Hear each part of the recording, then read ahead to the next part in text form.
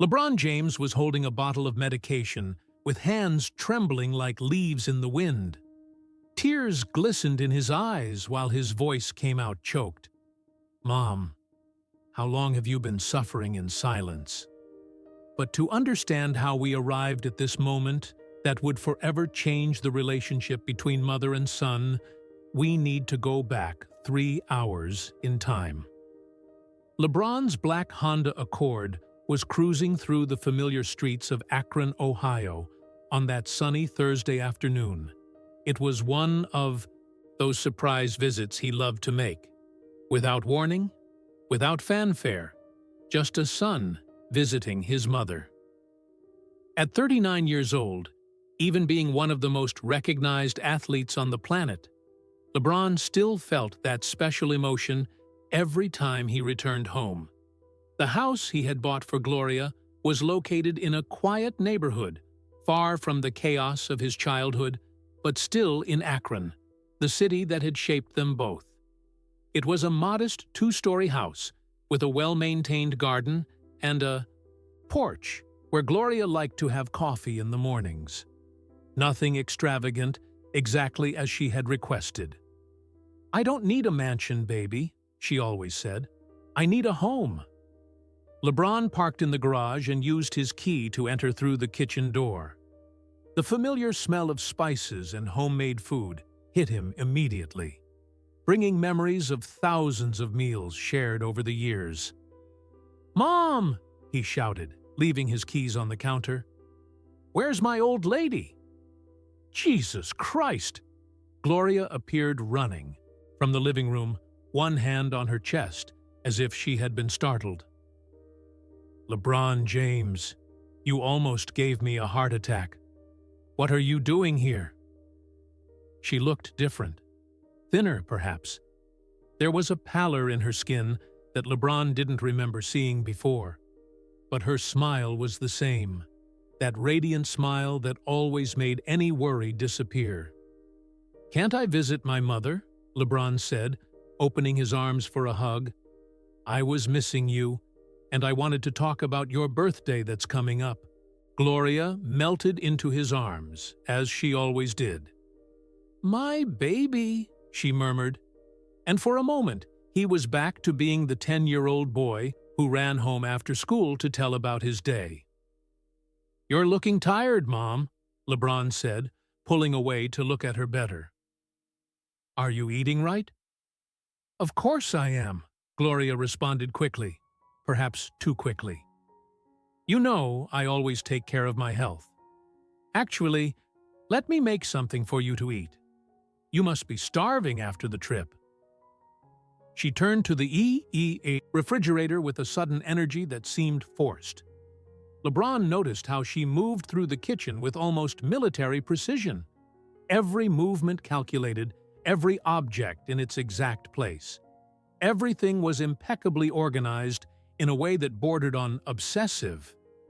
"Mom, you don't need to cook," LeBron said, sitting at the kitchen table. "We can order something." "Nonsense," Gloria said, already taking ingredients from the refrigerator. "When was the last time you ate my lasagna? I bet that Aisha doesn't make it the same way." LeBron laughed. "Leave Aisha alone. She cooks very well." "But not like your mother," Gloria said, with that possessive tone she always used when talking about taking care of him. While she cooked, LeBron observed her routine. Gloria checked the clock constantly, as if she was timing something. When her phone buzzed, she practically jumped to turn it off without even looking at the message. "Who was it?" LeBron asked casually. "Nobody. Just spam." She responded, but there was something evasive in her voice. During the next hour, they talked about family, about the grandchildren, about LeBron's plans after retirement. But LeBron couldn't stop noticing small, strange details. How Gloria looked away when he talked about problems, how she changed the subject whenever the conversation got too deep, how she seemed performative, as if she was playing the role of the happy mother instead of simply being herself. "Mom," LeBron said suddenly, "are you happy?" The question caught her by surprise. Gloria stopped stirring the lasagna in the oven and turned to him with an expression of genuine confusion. "Of course I'm happy, baby. Why do you ask that?" "I don't know. You just seem different. More controlled." Gloria forced a laugh. "Controlled? Me? You know me, LeBron. I'm the most spontaneous person in the world." But that was exactly it. The woman in front of him didn't seem spontaneous. She seemed careful. She seemed like she was hiding something. "Let me help you," LeBron said, getting up. "Where do you keep the glasses?" No, baby. Sit down. You're a guest." "Mom, I grew up in this kitchen. I know where things are." Before Gloria could protest, LeBron was already opening the upper cabinet where the glasses had always been kept. But his hand hit something he didn't expect. A small box that was hidden behind the plates. The box fell to the floor with a dull sound, and dozens of medication bottles scattered across the kitchen floor. LeBron stood paralyzed, looking at the medicines. Sertraline, lorazepam, trazodone. Names he didn't recognize, but that sounded serious. Medications with recent dates on the labels. Prescriptions from 6 months ago. 1 year ago. Some still sealed. "LeBron," Gloria said behind him, her voice small and frightened. He turned slowly, still holding one of the bottles. For the first time in his adult life, LeBron James didn't know what to say. He looked at the label again. Sertraline 100 milligrams for depression and anxiety. "Mom," he said finally, his voice barely coming out, "what are these medicines, and why do you hide them?" Gloria was standing at the kitchen entrance like a child caught doing something wrong. The radiant smile had completely disappeared, replaced by an expression of vulnerability that LeBron had never seen before. "LeBron, I can explain." But even as she spoke, he knew that his life had just changed forever. The perfect world. He knew about his mother. The strong woman who had raised him, who never showed weakness, who always had everything under control, had begun to crack at the edges. And underneath those cracks, he was about to discover a pain that she had carried alone for years. "They're just some medicines for anxiety, baby," Gloria said quickly, her voice sounding forcedly casual. "Nothing serious. Everyone has a little anxiety, right?" LeBron looked again at the bottle in his hands. The label was clear. Sertraline 100 milligrams, antidepressant.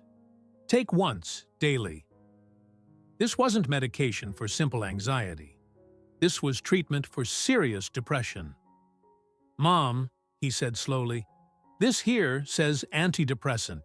And look at the dosage. How long have you been taking this?"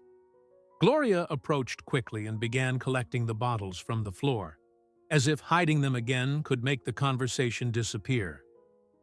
"LeBron, it's nothing you need to worry about. I have everything under control." "Control?" LeBron crouched down and picked up another bottle. "Mom, this one has a date from 6 months ago.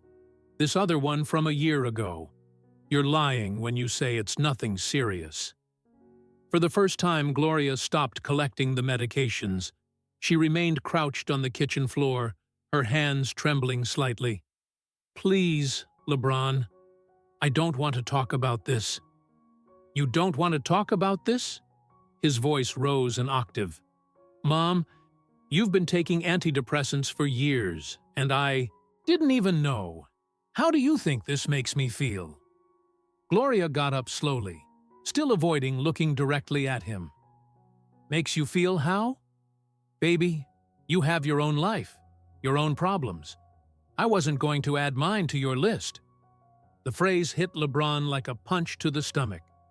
"Add to my list? Mom, you are my life. You're not a problem on my list.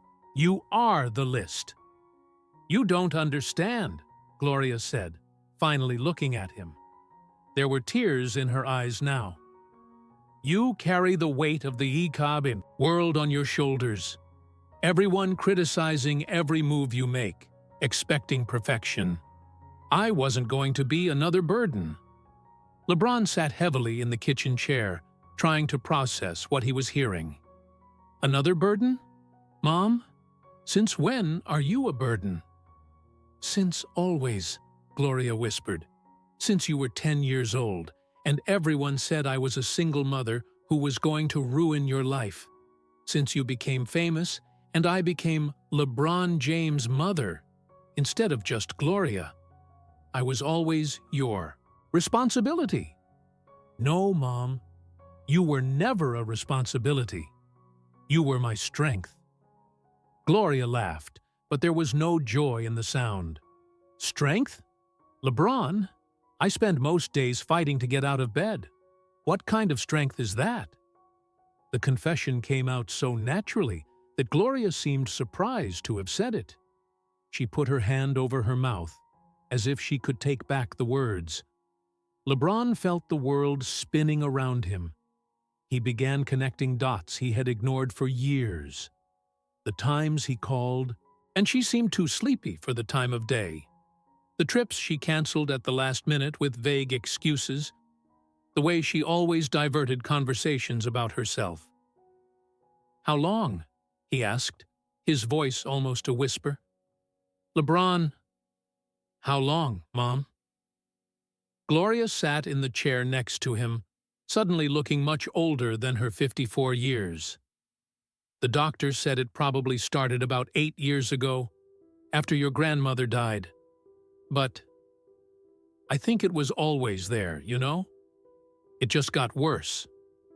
8 years, LeBron repeated, incredulous.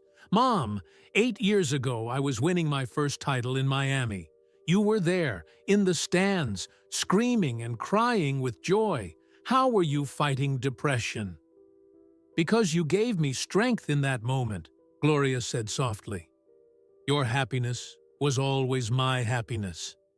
But when the game ended, when the cameras turned off, when you went back to your life, I went back to mine. And your life was empty, Gloria admitted, the word coming out like a confession. Silent, lonely. I defined myself so much by being your mother that I forgot how to be Gloria. LeBron got up abruptly and started walking around the kitchen. Why didn't you ever tell me? In 8 years, Mom. 8 years of suffering, and you never said a word. What was I going to say? Gloria asked, her own tears beginning to fall. That while you were on top of the world, your mother was sinking? That every time you were criticized in the media, I cried as if they had attacked my own heart? That I felt guilty for not giving you a normal life? Yes, LeBron exploded. That was exactly what you should have told me, because I could have helped. You can't fix everything, LeBron, Gloria said calmly. Not every problem has a solution that money or fame can buy. LeBron stopped walking and looked at her. Really looked. He saw the lines of tiredness around her eyes, the way her shoulders curved slightly inward, how she kept her hands always busy, as if she was afraid of staying still too long with her own thoughts. I need to use the bathroom, Gloria said suddenly, getting up. Can you finish putting away those medicines for me? She left the kitchen quickly, leaving LeBron alone with the scattered bottles and a weight in his chest that he had never felt before. But instead of putting away the medications, LeBron did something that would change everything.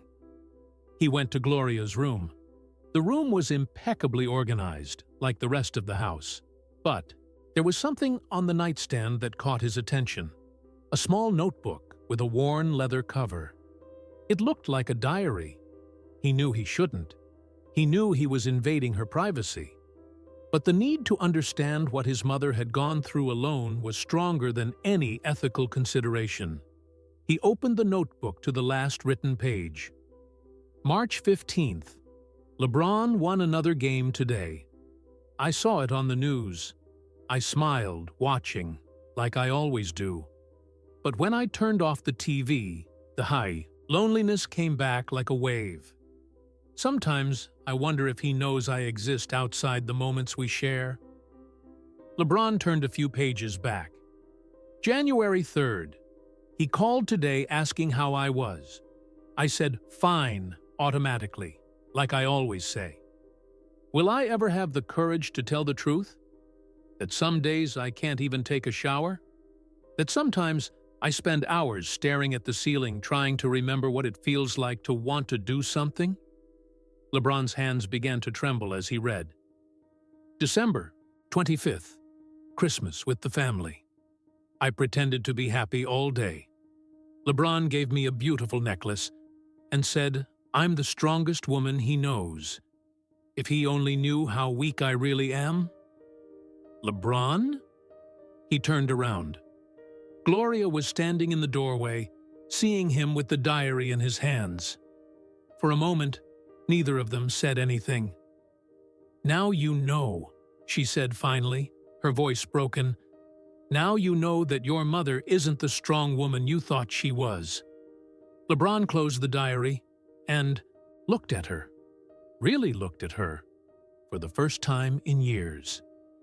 Mom, he said, his own voice failing, you are the strongest woman I know, but even the strongest people need help. Gloria started crying then, not the contained tears she had held for years, but deep sobs that seemed to come from the center of her soul. I didn't want you to see me like this, she managed to say between tears. Like what? LeBron asked, approaching her. Broken. The two words hung in the air between them, like a final confession. And in that moment, LeBron understood that the most important conversation of their lives was just beginning. LeBron slowly approached Gloria and guided her to the bed, where they sat side by side. For a few moments, the only sound in the room was her sobs gradually diminishing. Mom, LeBron said softly, tell me everything. Please, don't hide anything more from me. Gloria wiped her eyes with the back of her hand and took a deep breath, as if she was preparing to open a floodgate she had kept closed for years. It started when your grandmother died, she said, her voice still trembling. She was the only person who understood what it was to raise a child alone. When she was gone, I felt completely alone in the world. LeBron remembered that period. He was at the height of his career, dealing with constant pressure from the media and fans. He had noticed that Gloria was quieter after his grandmother's funeral, but assumed it was normal grief. But it got worse when you became really famous, Gloria continued. Suddenly, I wasn't just Gloria anymore. I was LeBron James's mother. Every place I went, every person I met, everything was about you. And I knew I should feel proud, and I did, but I also lost myself. How do you mean, you lost yourself? I stopped existing as an independent person, Gloria explained. My happiness depended entirely on yours. When you won, I was euphoric. When you lost, I went into deep depression.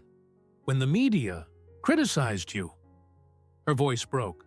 When they criticized you, I felt like they were physically attacking me. LeBron remembered the time in Miami when the criticism was particularly brutal. The decision, he murmured. It was the worst period of my life, Gloria confessed. Not just because they were attacking you, but because they were blaming me for your choices. They said I had raised you badly, that I was a selfish mother who only wanted money. I started to believe it. LeBron felt anger growing in his chest, not at her, but at himself. How had he not noticed?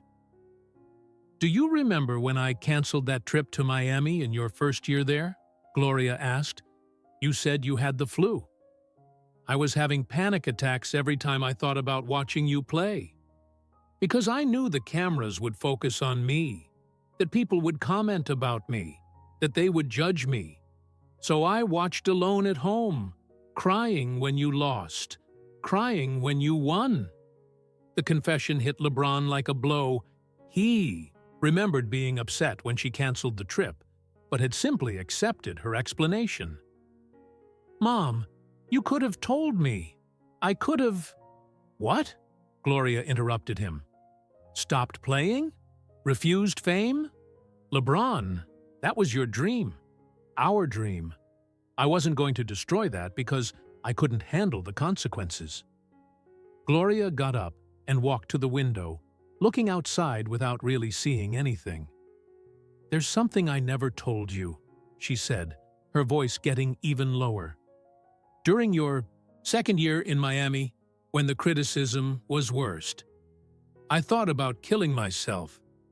The world stopped for LeBron." "What?" "It wasn't just a passing thought," Gloria continued, still with her back to him. "I planned it. I researched methods. I wrote a letter." LeBron got up so quickly he became dizzy.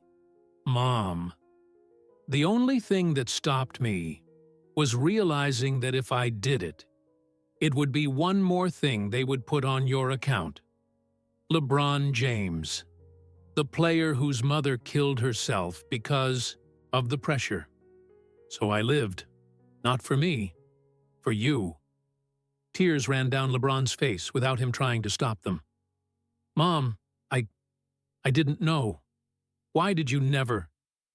"Because you already carried enough weight." Gloria turned to him, her own tears starting again. "You had to be perfect all the time. Every movement analyzed, every word dissected. How was I going to add, 'take care of depressed mother' to your list?" "Because I love you," LeBron exploded. "Because you're more important than any game, any title, anything."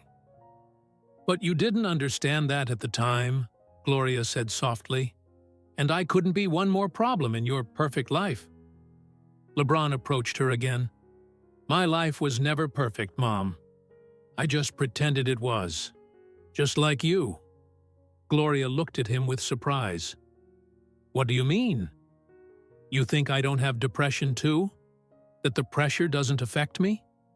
"Mom, there are days I wake up and don't want to get out of bed.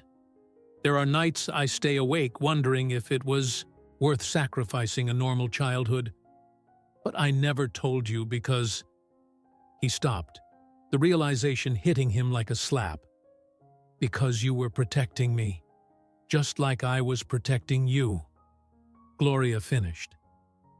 They looked at each other, two people who had spent decades protecting each other instead of supporting each other mutually.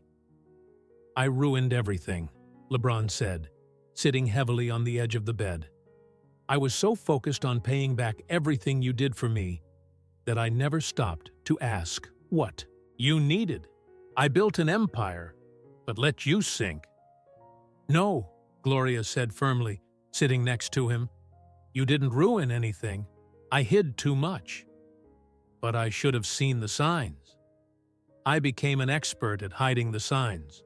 LeBron took a deep breath. "Mom, tell me about the traumas you never processed. The diary mentions your father." Gloria closed her eyes. "My father abandoned us when I was 7 years old. He said he didn't want the responsibility of a family. For years, I convinced myself it was my fault, that I wasn't good enough for him to want to stay. And when my father abandoned me," LeBron continued for her, "you probably relived all of that. I promised myself I would never let you feel what I felt. So I became father and mother, friend and protector.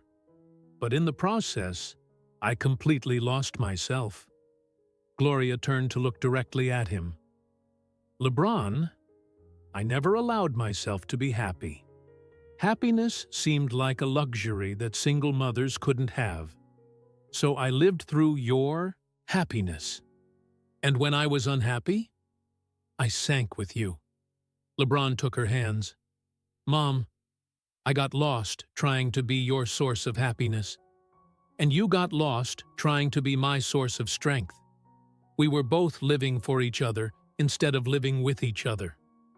Gloria smiled through the tears. When did you become so wise?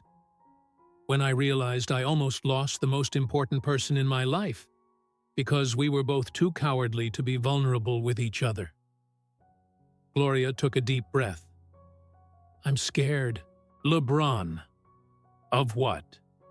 That if I stop being the strong mother, you won't need me anymore. LeBron hugged her tightly. Mom, I don't need you because you're strong.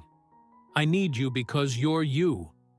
The Gloria who taught me to dream, who worked 3 jobs to give me a chance to play basketball, who loved me when I was just a skinny boy from Akron. And if I stay broken? Then we'll glue the pieces together, LeBron said, kissing the top of her head. Because that's what you taught me. That family doesn't abandon family. Never. Gloria pulled away to look at him. Are you sure you want to carry this? My depression? My traumas? My mess? LeBron smiled through his own tears. Mom, you carried my mess my whole life. Now it's my turn to carry yours. For the first time in years, Gloria James felt that maybe, just maybe, she wasn't alone in the world. And for the first time in his life, LeBron James understood that being strong meant allowing the people you love to see you weak. The healing was just beginning. 3 hours later, LeBron was on the phone with the 5th psychiatrist on the list he had researched. Gloria was sitting next to him in the living room, watching with a mixture of admiration and nervousness as he took complete control of the situation. Yes, I need the best depression specialist you have, LeBron was saying. No, it's not for me. It's for my mother. And yes, I'll pay whatever amount necessary. He hung up and immediately dialed another number. Dr. Martinez? This is LeBron James. I need to schedule urgent family therapy. Can it be tomorrow? Gloria put her hand on his arm. LeBron, you don't need to. Mom, he interrupted her gently. For 20 years of my life, you took care of me. Now it's my turn to take care of you. And this time, we're going to do this together. In the days that followed, LeBron completely reorganized his schedule. He canceled commercial commitments, postponed meetings, and for the first time in his career, put something above basketball. At the first family therapy session, Gloria was visibly nervous. I've never done this before, she whispered to LeBron in the waiting room. Me neither, he replied. But we'll learn together. Dr. Martinez was a gentle 60-year-old man specialized in trauma and family dynamics. During the first hour, he just listened while Gloria told her story again, this time with LeBron beside her, holding her hand. Gloria, Dr. Martinez said when she finished, you spent decades being a caregiver. Have you ever thought about being cared for? I don't know how, Gloria admitted. We're going to teach you, LeBron said. The following weeks became a new routine. Every Tuesday and Thursday, LeBron flew to Akron to accompany Gloria to therapy. He adjusted his training, his trips, his entire life around being present for her. You can't stop your life because of me, Gloria protested after the 3rd week. I'm not stopping my life, LeBron replied. I'm prioritizing what really matters. He also instituted a new tradition, daily calls, not to talk about him, but about her. How did you feel today? Became the standard question. At first, Gloria always answered, fine. But gradually, she began giving real answers. Today was difficult. It rained, and that made me melancholic. Today was better. I managed to read an entire book. Today I cried. but it was a good cry, like cleaning. During one of the sessions, Dr. Martinez asked a question that changed everything. Gloria, if you could do anything with your life, without limitations, what would it be? Gloria was silent for so long that LeBron started to worry. I always wanted to go back to school, she said finally. Finish college, maybe do education. I always dreamed of teaching children. LeBron looked at her with surprise. Mom, I didn't know that. Because it was never possible. When you were little, I worked 3 jobs. After you became famous, I thought it was too late. It's never too late, LeBron said immediately. We're going to make this happen. The following week, he had researched education programs, talked to universities, and organized a complete plan for Gloria to return to studies. LeBron, I'm 54 years old, she protested. So what? You have at least 20 productive years ahead. 20 years to be a teacher, impact lives, be Gloria James, not just LeBron's mother. For the first time in decades, Gloria smiled with genuine excitement. The therapy also revealed patterns they needed to break. Gloria had spent so much time defining herself through LeBron that she had lost her own identity, and LeBron had become so accustomed to being the center of attention that he had forgotten to ask about other people's needs. You two have a beautiful relationship, Dr. Martinez observed, but you love each other in a way that sometimes hurts. Love shouldn't be constant sacrifice. Then how should it be? Gloria asked. Complementary. 2 strong individuals who choose to walk together, not one carrying the other. LeBron began practicing this consciously. Instead of trying to fix Gloria's depression, he learned to simply be present. Instead of feeling guilty about his success, he learned to share his own fears and insecurities. Mom, there are days I wake up and don't know if I'm good enough, he confessed during one of their calls. Baby, you don't need to be good enough for everyone. You just need to be you. You too, Mom. You don't need to be strong enough for everyone. You just need to be you. Gloria began taking her medication without hiding. She memorized the schedules, organized a reminder system, and for the first time in years, followed the treatment consistently. She also made new friends at university, women her age who were also starting over, who knew her as Gloria, the education student, not as a celebrity's mother. I feel like a person again, she said to LeBron during one of their sessions. You were always a person, he replied. We just forgot that for a while.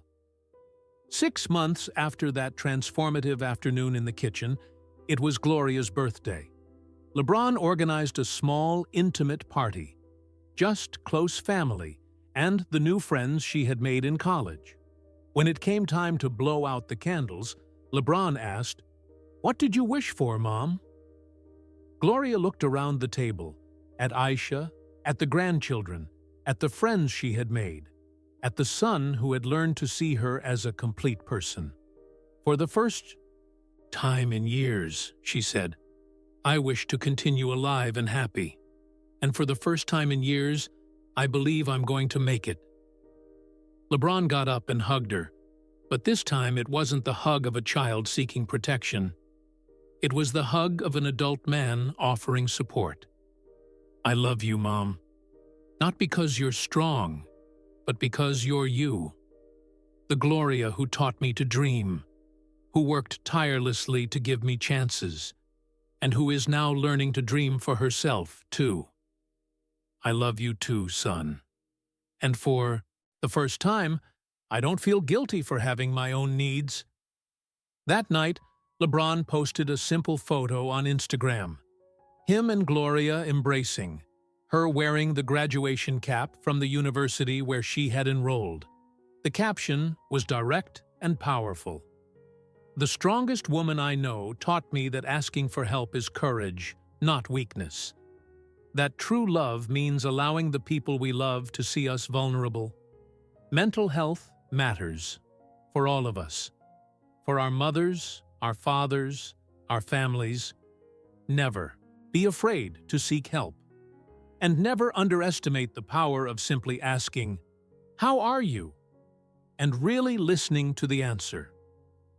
The post received millions of likes and thousands of comments from people sharing their own struggles with mental health, thanking LeBron for making the subject less taboo. But the comment that mattered most to him was simple and came from Gloria James, 23. "Thank you for teaching me it's never too late to be happy. I love you, my son." Sometimes, the greatest act of love is allowing those we love to love us back when we're broken. And sometimes, breaking together is the first step to healing together. Gloria James was learning to be happy. LeBron James was learning that being strong included being vulnerable. And together, they were discovering that the healthiest family is one where nobody needs to pretend to be perfect. The healing had just begun. But for the first time in decades, they were certain they were on the right path.